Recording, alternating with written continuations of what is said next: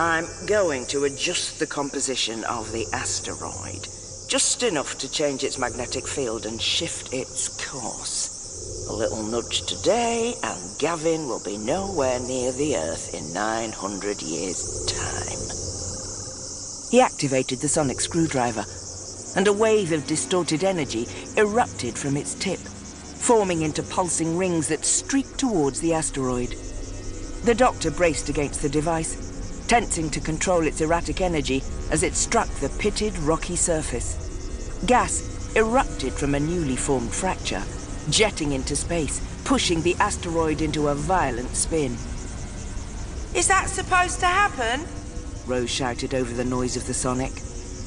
The Doctor deactivated the device, watching in disbelief as the surface of the asteroid began to splinter. It's not ideal, he admitted. The tumbling asteroid fell towards the sun as fragments broke away.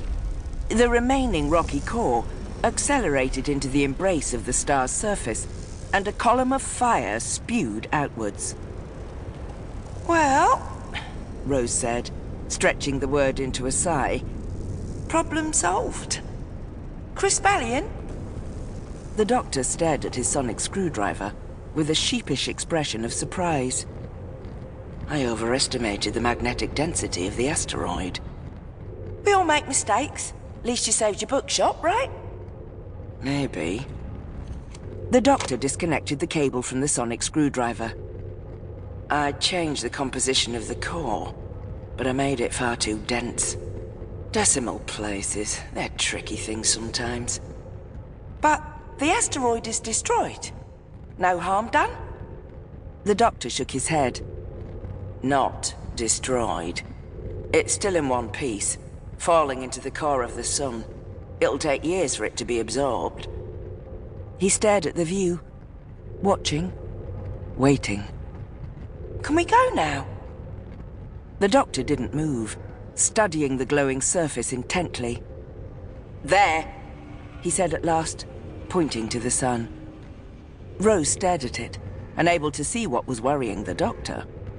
The light hurt her eyes, and she stepped back from the door.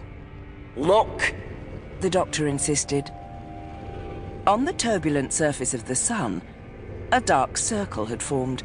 Just a tiny blemish, but it was growing larger. Out of the ring came a column of plasma, erupting from the surface and racing into space. Is it my imagination, or is it coming this way? Rose asked, as she retreated from the doorway, feeling an unexpected sense of dread. The Doctor watched the erupting gas for a moment, before he closed the doors and ran to the console, throwing his goggles aside. Rose pulled off her own goggles and joined him there, watching as he worked the confusing array of dials and switches. This shouldn't be happening, the Doctor muttered as he stared at the small screen that sat on top of the console. Rose glanced at it, tried to make sense of the stream of data that it displayed, and promptly gave up. Instead, she stared at the Doctor's face, studying his bony features. His heavy brow was pulled into a tight frown, and she could tell by his urgent movements that he was worried. At the same moment, Rose heard a thunderous noise, and the two wooden doors flew open again. Without the protection of the goggles, the light was blinding. Rose shielded her face as a rage of hot air pushed into the TARDIS. The Doctor hit a switch to close the doors again, shutting the light out, but as Rose's eyes adjusted, she saw something unexpected inside the TARDIS. What's that? She shouted, looking up at a snake-like arc of light that was moving above their heads. It clung to the great mottled structure, a shifting tendril of electric plasma moving about the space as if it were alive. I don't know, the Doctor replied in a hushed voice as he put himself in between Rose and the phenomenon. The coil of shifting light traversed one of the columns, moving towards the console. Then it lunged at the Doctor, latching onto his body.